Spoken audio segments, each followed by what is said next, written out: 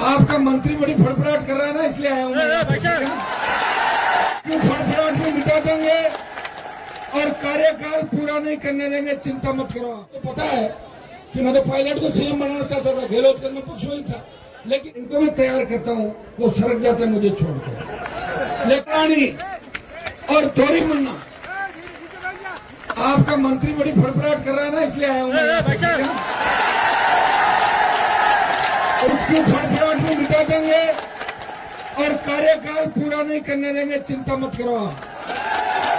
आज 13 के दिन मैं आपके बीच कह के जा रहा हूँ कि भजनलाल की उल्टी गिनती राजस्थान में शुरू हो गई है। तेजा जी के भक्तों के वोट लेके जो कुत्सित प्रयास किया, एसआई भर्ती, आरपीएससी के अंदर जो पुनर्गठन की बात कही और युवाओं के सपनों को जिस तरह तार किया भारतीय जनता पार्टी ने, वो तेजा जी महाराज की कृपा थी कि हाई कोर्ट के आगे सरकार को नतमस्तक होना पड़ा, नहीं तुम दिल्ली कूच करते। ये बहुत बड़ी जीत का जो तोहफा मिला है तेजा भक्तों को, ये तेजा जी महाराज की कृपा से ही हाई कोर्ट से न्याय मिला। भाइयों, आपको चिंता करने की आवश्यकता नहीं है।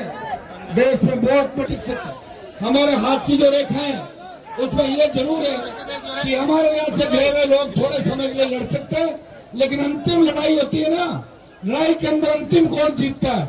अंतिम लड़ाई तेजा भक्त हनुमान बेनीवाल और राष्ट्रीय लोकतांत्रिक पार्टी जीतेगी राजस्थान के। और मैं विश्वास दिलाता हूं। उसके बाद जिस तरह से विरोध में आरोप लगाए, आपको तो पता है कि मैं तो पायलट को सीएम बनाना चाहता था, गहलोत करने पक्ष वही था, लेकिन पायलट ने भी क्या बनता जा रहा, मिलकर आप लोगों को मानेसर जा रहा, कोई कहीं जा रहा, सारा भ्रष्टाचार राजस्थान में।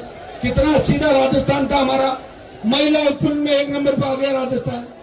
सबसे ज्यादा पेपर लीक की घटनाएं हो रही है।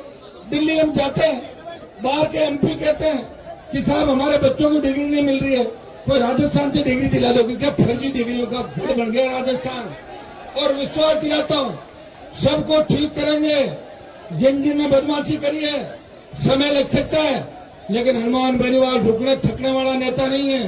कई उतार चढ़ाव देखे, कई दौर देखे।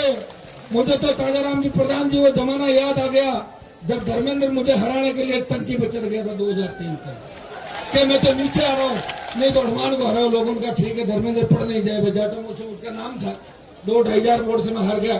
तो भाई मैं तो धर्मेंद्र, हेमा मालिनी से लेके तमाम देश के बड़े नेताओं से लड़ लिया और आपका डंका देश में बजा दिया।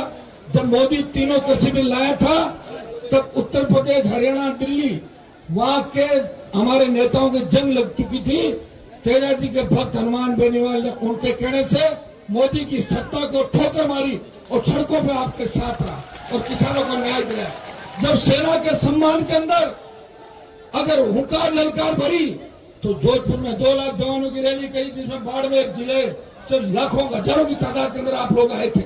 मुझे याद है कि सेना का सम्मान में हम दिलाएंगे। जब पहलवान बेटे तकलीफ के अंदर थी, उनको न्याय दिलाने, अगर इस देश का पहला कोई किसान का बेटा उन बहनों को न्याय दिलाने गया, वो नागौर का सांसद था, जिसने हरियाणा की पहलवान बेटे को न्याय दिलाया। भाइयों, हमें खुशी होती है जब मैं बाड़मेर के अंदर आता हूँ। मैं एक बात ये भी कहता हूँ कि बाड़मेर से हो सकता है मेरा कोई पूर्व जन्म का रिश्ता है। हाँ, ये जरूर है कि मैं जिनको भी तैयार करता हूँ वो सड़क जाते मुझे छोड़कर, लेकिन मैं और तैयार करूंगा। और मैं दूसरी पार्टी में जो नेता बैठे हैं हमारे मजबूत, उनको आमंत्रित करता हूँ। कांग्रेस बीजेपी के अंदर कब तक बैठे रहेंगे? ये तो आपका खुद का दल है, परिवार है, सब लोग आमंत्रित हो, आओ इसके अंदर और हमारे साथ कंधे से कंधा मिला के लड़ो। 70 साल में हमारा होम मिनिस्टर नहीं बना राजस्थान का, सीएम छोड़ो, तुम्हारा गृह मंत्री नहीं बना राजस्थान के अंदर। तो सोचने वाली बात है भाइयों।